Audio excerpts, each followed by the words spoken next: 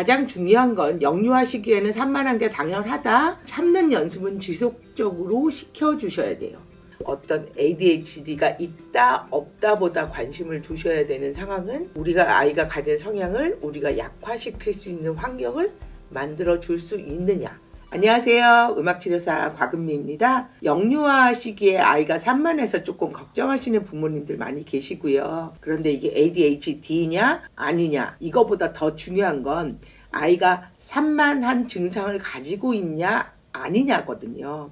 사실 영유아 시기에는 산만한 게 당연하기도 하고요. 그런데 어떤 때 조금 걱정하셔야 되느냐, 유치원이나 유아원에서 아이가 좀 산만해요 라는 소리를 들으시면 살짝 걱정 좀 하셔야 되고요. 자기가 좋아하는 것만 죽어라 하려고 그러고 싫어하는 건 뭘 시키면 너무 못하고 재미없어 하고 들어누워 버리고 이러는 경향이 좀 나타나면 조금 염려하셔야 되는 상황이세요. 과잉 행동, 산만하다고 얘기하는 과잉 행동, 뭘 시키고 이랬을 때 안 해! 그리고 집어던지거나 남의 거를 확 가지고 오는 이런 충동적 행동, 내가 하고 싶은 걸 절제를 못하는 거, 그 다음에 뭘 했는데 1분, 2분 단위로 계속 주의가 바뀌는 거, 그 다음에 화냈다, 가라앉았다, 어떤 때 화를 내는지 알 수 없게 감정 조절이 매우 심하게 왔다 갔다 하는 경우에 조금 걱정을 하셔야 되고요. 가장 중요한 건 영유아 시기에는 산만한 게 당연하다. 산만한 게 당연하지만 참는 연습은 지속적으로 시켜주셔야 돼요. 잠깐만 기다려. 그런데 이 기다리는 게 아이들은 언제까지 기다려라는 이 셋이 없으면 조금 기다리기 힘들어해요.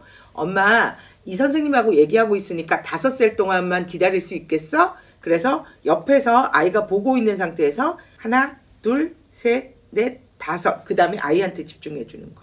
아이가 기다리는 걸 연습을 해야 돼요. 참는 거 분명히 연습이에요. 1살짜리 아이는 1분을 참아야 되고요. 2살짜리 아이는 2분을 참을 수 있어야 돼요.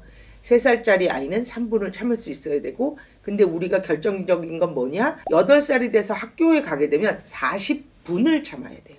그러니까 3세 이후에는 참을성이 조금 더 빨리빨리 늘어나야 된다는 얘기고, 만약에 5세인데도 1분을 못 참는다? 그러면 5세에 1분 참는 거 연습을 시작하셔야 돼요. 다만 이걸 1년씩 기다릴 수 없으니 이제부터는 6개월 단위로 가시든지 4개월 단위로 가신다든지 요거를 좀 조정을 해서 아이가 참을 수 있는 걸 늘켜주셔야 되고요. 그 다음에 아침에 눈 뜨자마자 해야 되는 거가 양치질하는 것도 아니고 세수하는 것도 아니고 아이가 한바탕 뛰어놀아야 돼요. 그래서 사실은 눈 뜨자마자 어딘가 나가서 한 바퀴 뛰고 들어오는 게 굉장히 좋은데 이제 또 날 추워지기 시작하고 이러면 어렵거든요. 그러면 집에 뭐 방방이를 놓으신다든지 아이가 뭔가 아래층에 방해되지 않게 뛸 수 있는 환경, 혹은 몸을 움직일 수 있는 환경, 엄마랑 같이 3분짜리 음악 한 곡을 뛴다든지 하는 어떤 방법이든지 좋으니 몸을 깨우셔야 돼요. 이게 추상적으로 이거 해가 아니라 저 시계가 어디까지 갔을 때 너는 이것을 해야 돼 라는 구체적인 지시, 그 다음에 규칙적인 일과, 한 번에 한 가지씩만 지시하기, 잘한 거는 즉각적으로 칭찬하기, 그리고 방해가 되는 요소는 되도록이면 줄여주기, 이런 것들이 필요하시고요. 그리고 규칙이 굉장히 정확하셔야 돼요. 때리면 안 돼, 울면 안 돼, 이런 것들, 어떤 규칙이 정해졌으면 지키셔야 돼요. 오늘만 한 번만 하시면 안 되고요. 아이가 아직 그 규칙을 지킬 수 없는 상황이라고 느껴지시면 조금 더 기다리세요.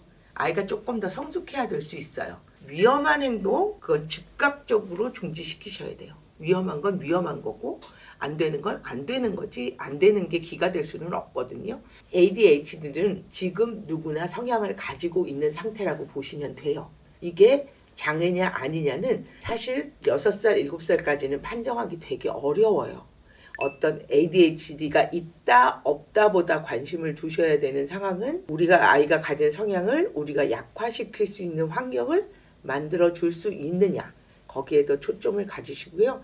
너무 많이 걱정이 되시면 혼자 너무 고민하지 마시고 전문가 찾아서 한번 진단 받아보시는 거 권유드립니다. 음악치료사 곽은미였습니다.